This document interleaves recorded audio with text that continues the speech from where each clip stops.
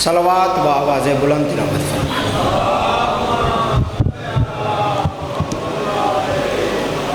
اچھا کوشش کرو سارے بآواز بلند صلوات دی تلاوت فرماؤ۔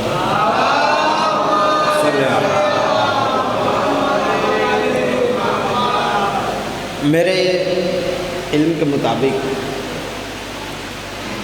جن بزرگوار کی ایصال ثواب کی مجلس میں آپ سب ادھر آئے ہیں، انہوں نے آپ سب کو بتایا ہے کہ درود کی عزت کیا ہے۔ جتنی انہوں نے درود کی عظمت بتائی ہے اس طرح بلند آواز میں صلوات کی تلاوت فرمائیں۔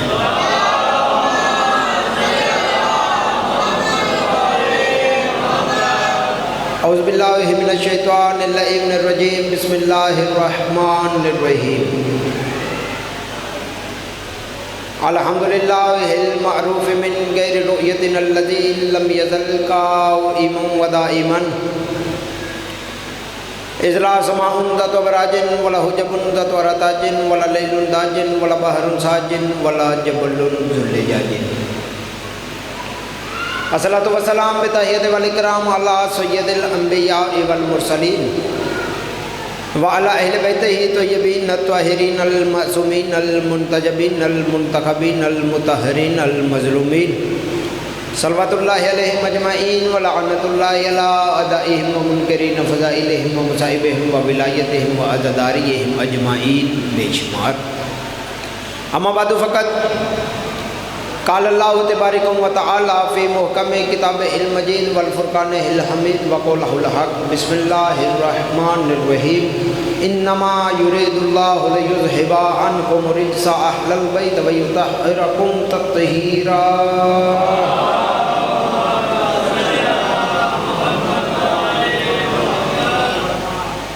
سب سے پہلے آج کی صفحہ اعضاء کا ایصال ثواب مرحوم و مغفور مخدوم پیر سید اظہر حسین شمسی صاحب اور ہمارے اہل خانہ کے جتنے مرحومین حاضرین کے جتنے مرحومین اس دنیا فانی سے پردہ فرما گئے، ان سب کی روح کو ارسال فرما۔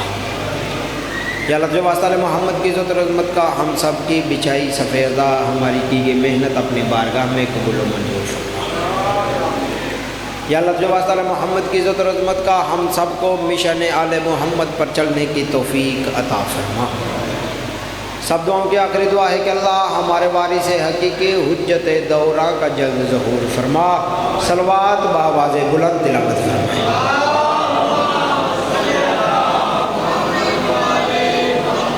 کوئی زیادہ وقت نہیں آپ کا لینا، چونکہ ہمارے پیش نماز ہیں، ہمارے لیے واجب الاحترام ہیں۔ 2-3 دن پہلے انہوں نے ہم سے کہا کہ آپ نے بھی 2-4 باتیں ہمیں سنانی ہیں، تو صرف وہ باتیں ہی جناب کو سنانی ہیں، کوئی خطابت نہیں منوانی۔ میرا گھر ہے، سارے وہ لوگ بیٹھے ہیں جن کے پاس ہم جاتے رہتے ہیں اور باتیں کرتے رہتے ہیں، اور اسی طرح باتیں جناب کو سنانی ہیں۔ قبلہ آیت اللہ حافظ مرشعی اپنی کتاب میں لکھتے ہیں، ابھی میرے والد بزرگوار آپ کو بتا رہے تھے کہ حسین کیا ہے۔ لوگ پوچھتے ہیں حسین کیا ہے، پوچھتے ہیں کہ تسی انج سوچی پی گئے ہو جی تواڈے کولوں نہیں پوچھتے، پوچھتے ہیں نا کہ حسین کیا ہے۔ آواز کی سمجھ آ رہی ہے سب کو؟ حسین کیا ہے؟ آپ نے میرے ساتھ بولنا ہے، جیسے جیسے آپ نے بولنا ویسے ویسے میں نے بولنا ہے، کیونکہ میں نے میرے بعد پڑھنے والے 2 نامور شخصیات نے میرے بعد میں خطاب فرمانا ہے۔ میرے فوراً بعد جناب آصف رضا گوندل صاحب ہے، اور ان کے بعد علامہ حیدر عباس حیدری صاحب، اور آپ مجلس کا ماحول بنائیں گے تو ان کے لیے بھی بہترین ماحول ہوگا۔ وہ اپنی کتاب میں لکھتے ہیں کہ دنیا والوں، آل محمد کو بعد میں سمجھنا کہ یہ کیا ہے۔ آل محمد کو بعد میں سمجھنا کہ یہ کیا ہے، پہلے ان کی جوتیوں کو سمجھو کہ یہ کیا ہے۔ ابھی نالین سمجھ میں نہیں آئی،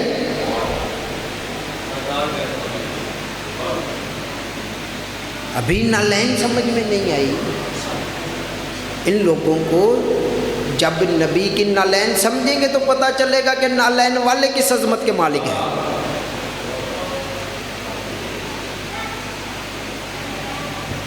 مجھے نہیں پتا کہ ان کی کیا عظمت ہے، نبی کی کیا عظمت ہے۔ کسی بندے نے کسی کی پرسنالٹی چیک کرنی ہو نا انکل، کسی کی بھی پرسنالٹی چیک کرنی ہو کہ یہ کس پرسنالٹی کا مالک ہے، یہ کس عظمت کا مالک ہے، یہ کتنا امیر آدمی ہے، تو اس کے لباس سے نہیں چیک کیا جاتا، اور نہ ہی اس کے سر کی پگڑی سے چیک کیا جاتا ہے۔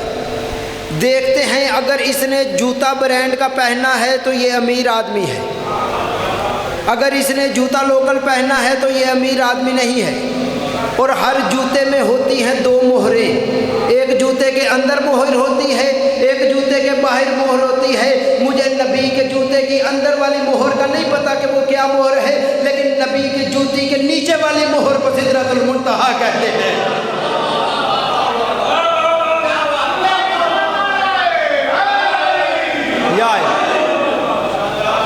جوتی کے نیچے والی مہر کو سدرۃ المنتہا۔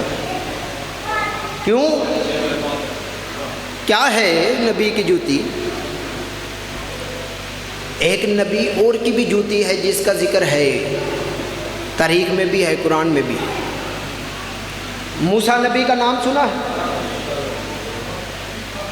اچھا، حیرانگی کے ساتھ ایسے دیکھ رہے ہیں جیسے کسی نے نہیں سنا۔ یار حضرت موسیٰ نبی کا نام سنا ہے؟ حضرت موسیٰ نبی اللہ سے گفتگو کرتے ہیں۔ ادھر کسی بڑے کی علاقے کے ایس ایچ او کے ساتھ گفتگو ہو نا، کوئی رابطہ ہو، تو وہ علاقے میں ایسے چلتا ہے، ایسے وہ بندے پوچھتے ہیں جی آپ اس آ کر کے کیوں چلتے ہیں؟ وہ کہتا ہے جی میرا ایس ایچ او یار لگ گیا ہے۔ اور موسیٰ نبی وہ نبی ہے جو اللہ سے ڈائریکٹ گفتگو کرتا ہے۔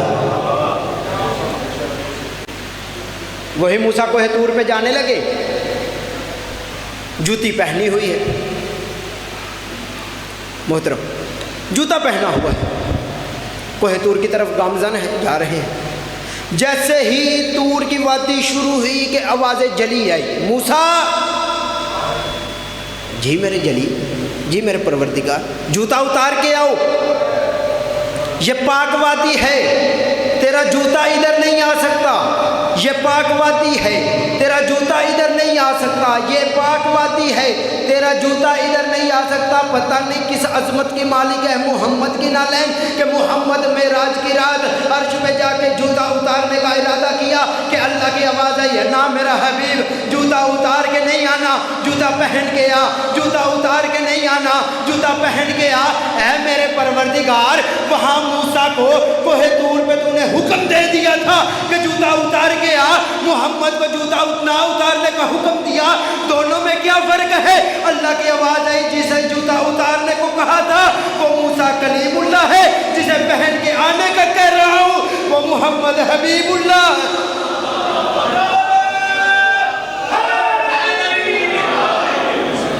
دونوں میں فرق ہے۔ جسے اتارنے کا کہا تھا وہ موسیٰ کلیم اللہ ہے۔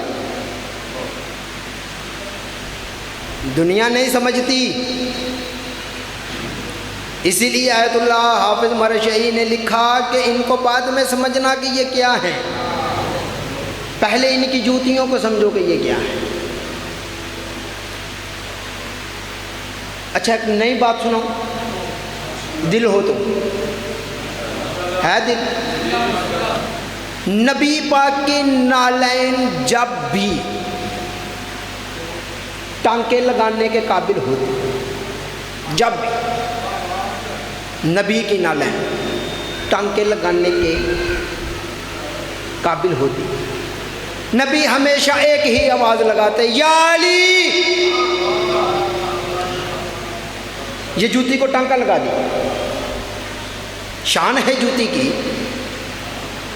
ہمیشہ ایک ہی آواز۔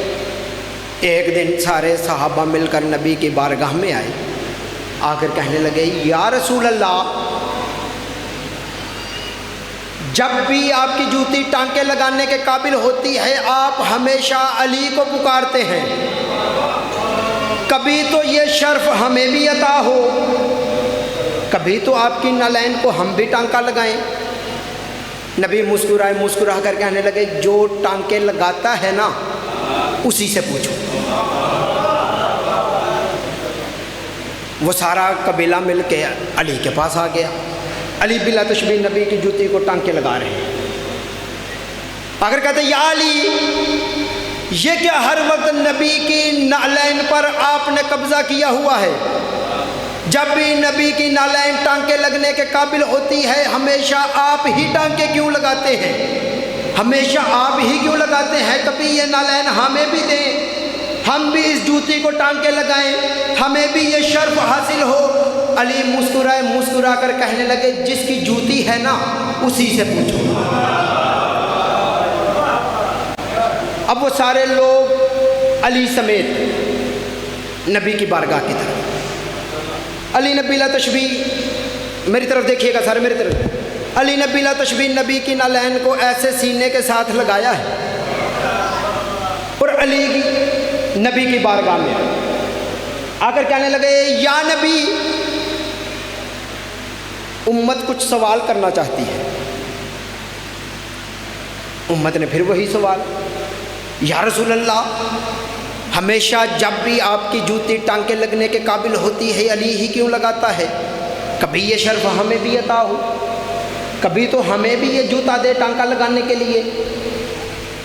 علی مسکرا کر کہنے لگے یا رسول اللہ آج ان کو یہ معرفت کی بات بتا ہی دیں کہ اس میں کیا معرفت ہے، اس میں کیا راز چھپا ہے، اس میں کیا معرفت ہے۔ نبی نے کہا دنیا والوں یاد رکھنا یہ جوتی کوئی عام جوتی نہیں، یہ جوتی کوئی عام جوتی نہیں، اس جوتی نے جانا ہے عرش پر، اور جو جوتی عرش پر جانی ہو اسے غیر معصوم ہاتھ نہیں لگا سکتا۔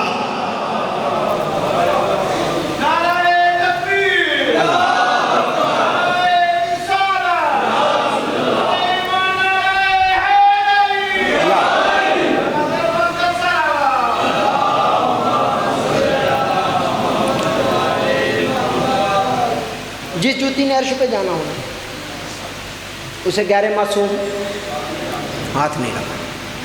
اچھا سارے پڑھے لکھے دانشور لوگ میرے سامنے بیٹھے ہیں، ایک سوال کروں جواب دیں گے؟ سوال کروں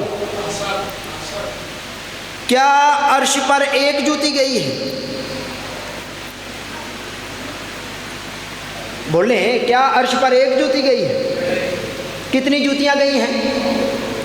عرش پر جوتی ایک نہیں گئی، جوتیاں گئی ہیں 3۔ ایک تو بن گئی پردہ، ایک گئی ہے نبی کی، ایک وہ ہستی کی گئی ہے۔ اب جوتیاں گئی ہیں 3، ایک وہ نالین ہے جسے علی صاف کرتے ہیں، ایک وہ نالین ہے جسے زہرا اپنی ردا کے ساتھ صاف کرتی ہے۔ پتہ نہیں کس عظمت کی مالک ہے زہرا کی ردا، جو جوتی علی صاف کرتے رہے وہ پردے کے باہر رکی رہی، جسے زہرا ردا کے صاف کرتی رہی وہ پردے کے اندر چلی۔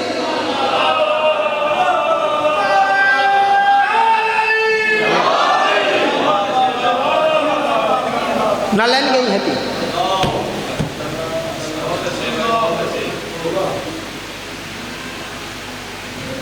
کچھ لوگوں کو شبہ ہے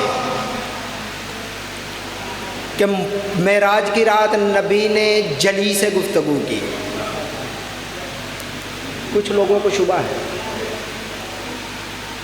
اور پھر بڑے مزے کے ساتھ جوش و ولولے میں آ کر بیان کرتے ہیں کہ جی نبی پردے کے باہر رکے رہے اور جلی اندر سے گفتگو کرتا رہا، اللہ اندر سے گفتگو کرتا رہا۔ امام جعفر صادق کے پاس ایک بندہ آ کر کہنے لگا یا ابن رسول اللہ جو پردہ میں اندر اللہ تھا وہ کیسا دکھتا تھا؟ امام غصے میں آ کے چہرے پہ جلال آیا، غصے میں آ کر کہنے لگے اسکت اخرج، چپ کر نکل جا، جو پردے کے اندر آ جائے وہ جلی نہیں ہوتا، جو کسی بھی پردے میں آ جائے وہ جلی نہیں ہوتا۔ اللہ ہر وقت ہر جگہ حاضر ہے، کوئی ایسی جگہ نہیں جدھر اللہ، کوئی دنیا میں ایک فاصلہ تو زیادہ فاصلہ ہے نا. کوئی اتنی سی جگہ کوئی بندہ کہے کہ اس جگہ پر اللہ نہیں ہے تو وہ دائرہ اسلام سے خارج ہے. اللہ ہر جگہ ہے. جو پردے میں آ جائے وہ اللہ نہیں ہوتا.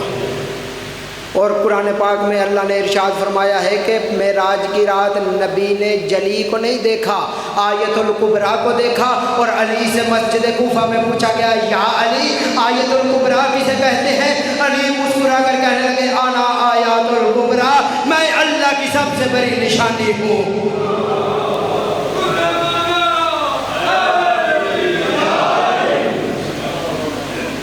ایک اور نہ لائن ہے, ایک اور نہ لائن. دربار شام امام حسن کو مدعو کیا گیا.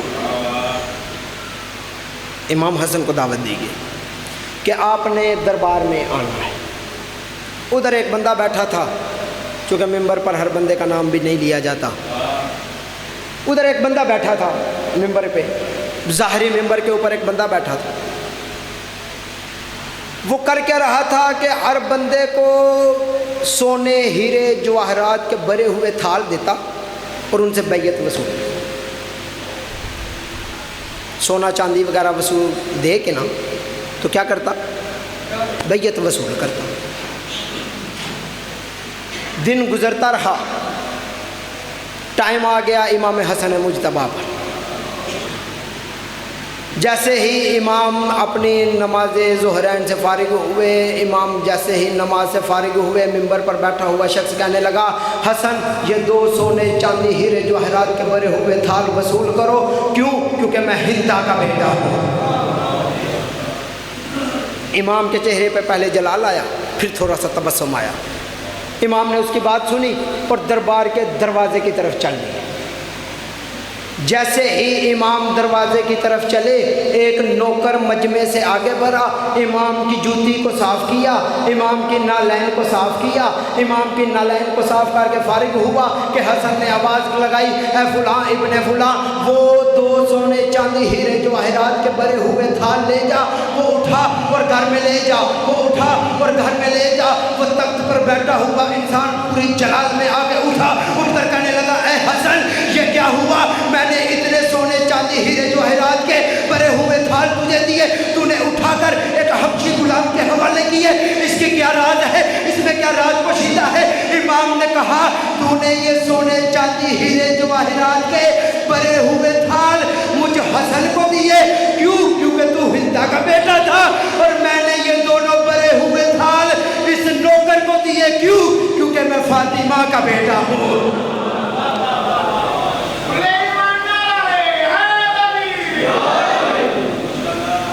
عام شخصیات نہیں رہتی اس دہلیز پہ. یہ بھی مہینہ بھی نہیں گزرا, مہینہ گزرا ربیع الاول کا. نعتیں سنی جناب نے, ساری نعتیں سنی نا. یثرب کے والی شاہ مدینہ, یثرب کے والی سارے نبی تیرے در کے سوالی. سارے نبی تیرے در کے سوالی. نعتیں تو سنی سب نے, لیکن نتیجہ ادھر کوئی نہیں نکالتا. نتیجہ نکالنے کے لیے علی والے ہیں. یہ تو سب نے نعتیں سنائی, شاہ مدینہ, یثرب کے والی, سارے نبی تیرے در کے سوالی. کبھی کسی نے ریسرچ کی ہے کہ در کیا ہے, در کہاں ہے, در کسے کہتے ہیں؟ اور نبی کی بارگاہ میں چلتے ہیں, ہاتھ باندھ کے نبی سے پوچھتے ہیں کہ یا رسول اللہ آپ کا در کون ہے؟ پھر نبی نے مسکرا کے کہا انا مدینۃ العلم وعلی بابھا. یاد رکھنا میرے دروازے کو علی کہتے ہیں, میرے دروازے کو علی کہتے ہیں. یہ ہے دروازہ. علی مسجد کوفہ میں بیٹھے تھے, لوگ ہم پر اعتراض کرتے ہیں جی ہم نبی سے زیادہ علی کو مانتے ہیں, ہم نبی سے زیادہ علی کو مانتے ہیں. او میرے بھائی, نبی سے زیادہ علی ہو ہی نہیں سکتا. ہم نبی کو، ہم علی کو اتنا مانتے ہیں جتنا نبی نے منوایا ہے، جتنا اللہ نے حکم دیا وما ینطق کی زبان سے علی نکلا، ہم اتنا علی کو مانتے ہیں۔ اگر کوئی بندہ پھر بھی نہ مانے تو اس سے بڑی میں دلیل دے نہیں سکتا۔ ہم علی کو اس قدر نبی سے چھوٹا مانتے ہیں کہ اگر کسی مقام پہ علی بھی نبی کو چھوڑ دیتا ہم علی کو بھی چھوڑ دیتے۔ ہم علی کو مانتے ہیں نبی کی وجہ سے۔ اگر ہماری ضد میں جناب نے اللہ کو چھوٹے لیول پہ ماننا ہے تو ہمارا قصور نہیں۔ اللہ نے مظاہر محمد و آل محمد کو عطا کیے، اللہ نے مختلف قرینے محمد و آل محمد کو عطا کیے، لیکن پھر بھی اللہ اللہ ہے، نبی نبی ہے، علی علی ہے۔ کوئی بندہ اللہ کو نہ مانے نبی کو ماننا بیکار، نبی کو نہ مانے علی کو ماننا بیکار۔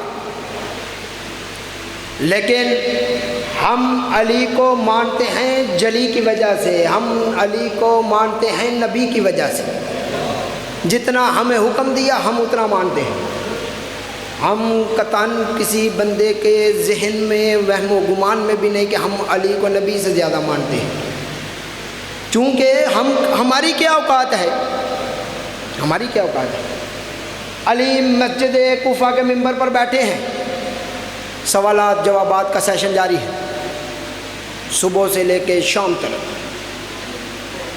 سوالات ہو رہے ہیں، جوابات آ رہے ہیں، سوالات ہو رہے ہیں، جوابات آ رہے ہیں۔ مسجد کے آخر میں بیٹھا تھا ایک یہودی۔ کون بیٹھا تھا؟ ادھر نہیں بیٹھا، سارے مطمئن رہے۔ مسجد کے آخر میں کون بیٹھا تھا؟ یہودی۔ آخر میں شام کے وقت اٹھ کر ہوا، اٹھ کے کہتا یا علی، آپ کے اندر یہ جو علم ہے، صبح سے میں دیکھ رہا ہوں جو سوال آپ سے کرتا ہے آپ فوراً اس کا جواب دیتے ہیں، آپ کے اندر کا یہ جو علم ہے یہ کہاں سے آیا ہے؟ یہ آپ نے علم کہاں سے لیا ہے؟ یہ آپ نے علم کیسے حاصل کیا ہے؟ اب چونکہ وہ یہودی تھا، علی پہ واجب تھا پہلے نبوت منواتا، اگر مسلمان ہوتا تو علی امامت منواتے، چونکہ وہ تھا یہودی، سوال کیا۔ علی کہتے ھذا صفت العلم ھذا لعاب رسول اللہ، یہ جو میرے اندر علم ہے نا اس میں میرا کمال نہیں، اس میں رسول کے لعاب کا کمال ہے، یہ رسول کی زبان چوسنے کا فضل ہے مجھ علی پہ کہ میرے اندر اتنا علم ہے کہ میں اتنا علم جانتا ہوں، صرف نبی کی زبان چوسنے کا اثر ہے۔ وہ بندہ قدموں میں گر گیا، قدموں میں گر کے نبی علی سے کہنے لگا جس نبی کے لعاب میں اتنا کمال ہے نہ جانے وہ خود کتنا با کمال ہوگا، مجھے فوراً اس کا کلمہ پڑھاؤ۔ علی نے کلمہ پڑھایا، وہ بندہ یہودی کلمہ پڑھ کے مسجد سے باہر نکلا۔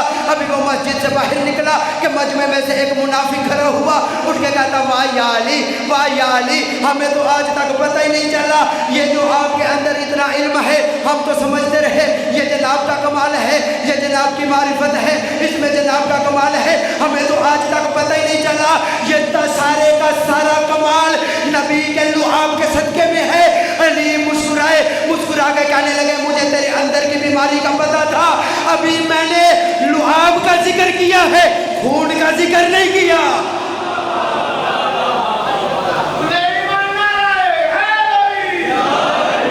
انہی الفاظ کے ساتھ میں دعوت خطاب دوں گا، چونکہ وقت کی پہلے ہی بہت تاخیر ہے۔